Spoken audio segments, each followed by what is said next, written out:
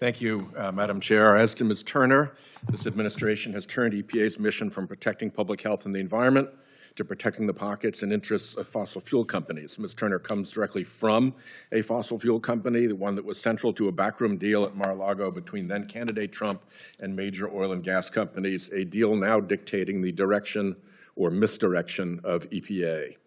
The fossil fuel industry and its minions at EPA are behaving particularly disgracefully, and until that changes, I will vote no and urge my colleagues to do the same. By the way, I don't see any prospect of that changing.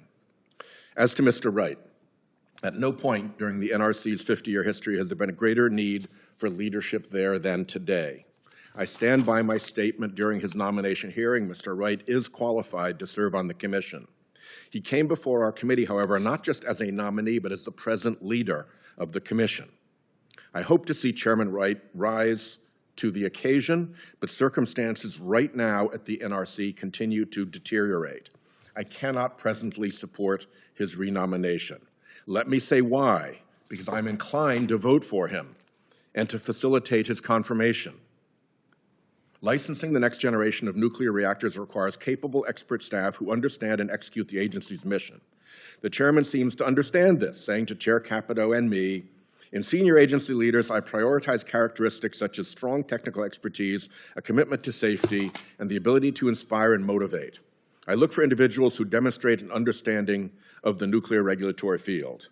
Yet these are the very staff being forced out of the agency.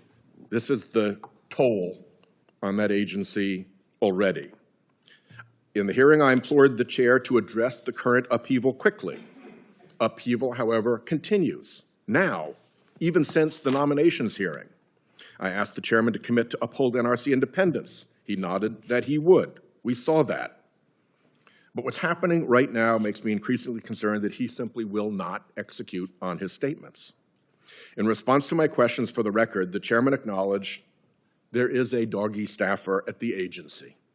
This individual sits in an office that reports directly to the chairman. However, the staff is, and I quote the QFR from Mr. Wright, the staffer is on detail from the Department of Energy, and as such does not have an NRC supervisor. How does that work?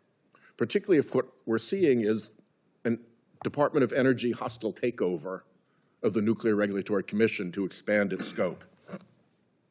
The chairman defines supervising as, quote, holding the staff accountable for execution of the direction provided by the chairman and those delegated authorities by law from the chairman. So who then supervises this doggy staffer? Who holds this staffer to account? Is this staffer above the chairman?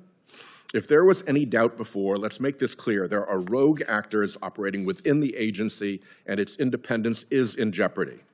I do not say this lightly. I have long supported nuclear technology even before many of my fellow Democrats. I have worked on a bipartisan basis, including with many of you on this committee, to grow the nuclear share of our energy mix. The future of nuclear energy in this country requires a credible, independent regulator. Efficiency, yes, it's important, but safety is paramount. Just one lapse would put our country at risk, unravel our years of bipartisan progress, and set nuclear power backward. Under the Trump administration, that unraveling is happening. We must head this off now as a committee before it is too late.